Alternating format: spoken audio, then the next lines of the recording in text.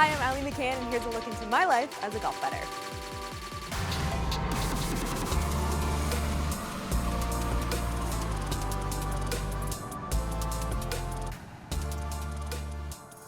I got into golf pretty late in life. 2022 was when I started. It was a sport that I never really paid much attention to, but I was a big baseball fan growing up, and so it was in the winter months and baseball was not on TV. So as somebody who's not really that into football or basketball, I wanted to find an area that I fit more into, like I did with baseball, and that's when I found golf.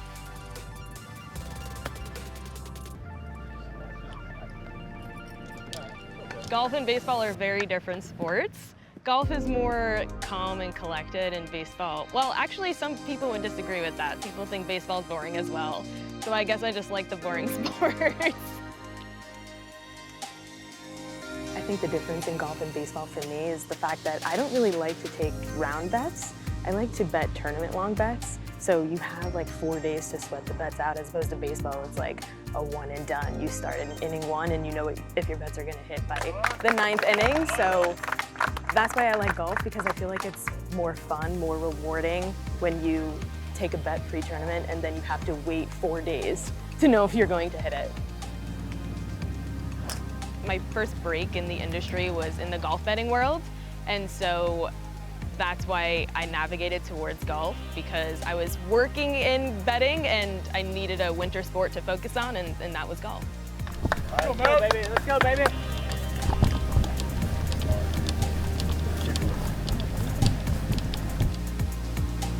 It's near impossible to see Scotty when you follow him. It was rough when I first started, but I was able to find creators online that kind of dumbed it down, and that helped me. I'm not like Rick Rungood with the stats. Allie's not a data girl, are you? I'm not, but we all can't be as good as Rick Rungood. Oh my God, you're crazy. No, you're more about the vibes. I'm more about the vibes. Yeah. I will look up on, data sites, figuring out, okay, where does this guy rate out in the field this week? But I also like to look at recent results and also course history. But the recent results, like I took Russell Henley to finish top 10 this week, and he had 4 top 10 finishes in his last 4 starts. So stuff like that, basic information, but I'm gonna run with that when I'm looking at my picks. In addition to the course history, I learned about figuring out what golfers fit that course and what those courses favor, like approach play, bombers off the tee, guys who are really good with putting. And so I would figure out where a guy sat in the field that week and how they fit that course before choosing my bets. But the thing about golf, in my opinion, is it's all luck. You can do as much research as you want, but at the end of the day, if somebody's game is off and they're the best golfer in the world, it's really not gonna matter.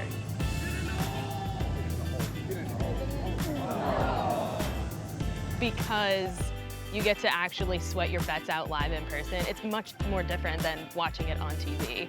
And I also really prefer the live markets, because you can follow them hole by hole, and if you have a buddy to like sweat it out with, it's a fun experience. When you're at a tournament, things can change very quickly, especially like when you're seeing a guy on the range before the tournament starts, during those practice rounds or when they're out there playing the course. You can be really high up on them and think that this week is gonna be the perfect week for them to dominate the field, and then you may not like what you're seeing pre-tournament. So that can change a lot, and you don't have that luxury when you're at home in your office doing your research. I'm sure you have also noticed the abnormally white sand in the traps at Augusta National. Well, it's because it comes from the spruce pine mines of North Carolina and is almost pure quartz. TikTok is a way for me to help people understand the basics of the game, because when I got into it, it was hard for me to really figure out, because a lot of people are very analytical and statistical and all of that fun stuff, which is great, and I wish I had that skill coming into it, but I needed somebody to dumb it down, and I feel like TikTok kind of gives me that outlet to be that voice for people that were in the same boat as me. So if you could grab a drink with any celebrity, pick their brain, who would it be? and why? I'd love to have a drink with Oasis. You want to talk about Oasis? Do you want me to talk about Oasis? That band has caused so much trauma over the last year. You know Oasis are back together? You know Oasis? I don't even know. You don't know Oasis are? No. Oh my God, you're obviously way younger than me. like this is the biggest news ever. In the moment in my head, I'm like, who the heck is Oasis? And so I was trying to just be like, oh, okay. And he's like, you know Oasis. And I'm like, and he's like, you don't know Oasis? Right then I was like, oh boy, this is gonna be the moment of the interview. And that's exactly what happened. I don't. No, I'm so sorry. I just ruined this whole interview. I'm so sorry. It's gonna make it good though. Experiencing that with Shane Lowry was probably the best person you could have experienced it with. He is such a great guy. I've never gone viral before, so to have like the New York Post and Golf Digest and all these articles being written about you was something new that I never experienced before, but I'm glad that I got to do it and go through that, and I'm glad Shane Lowry taught me about Oasis. The best work I did on TikTok was during the Masters. People loved Masters content. I mean, who doesn't, right? There are some crazy facts and rules about the Masters, so let's talk about them. My personal favorite, no phones allowed. I love it. You see these payphones? These are what you use if you have to call back home. No text, no social media updates, just soaking it all in. I mean, I would probably have a panic attack if I ever went to the Masters, because I can't do anything without my phone in my hand. The thing about women in sports betting is it's a very small circle, so I feel like most of the girls do support each other, which is great.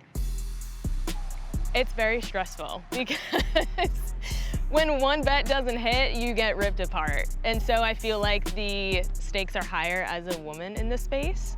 So having other women that relate to that just makes it a lot easier. You have other people that relate to the struggles that you face on a daily basis. It's horrible. I think that's the worst part of the industry, but honestly, there's people out there that are gonna have a comment about anything you do.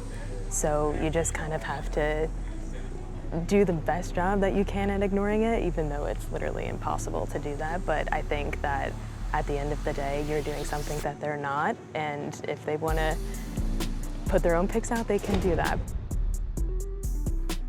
One piece of advice for people just getting in the industry. Don't read social media because that ruins all of the fun. A lot of people are gonna tell you like your bets aren't good, they're gonna tell you which way to lean, and I just feel like you need to trust your own process because that's what makes it more fun.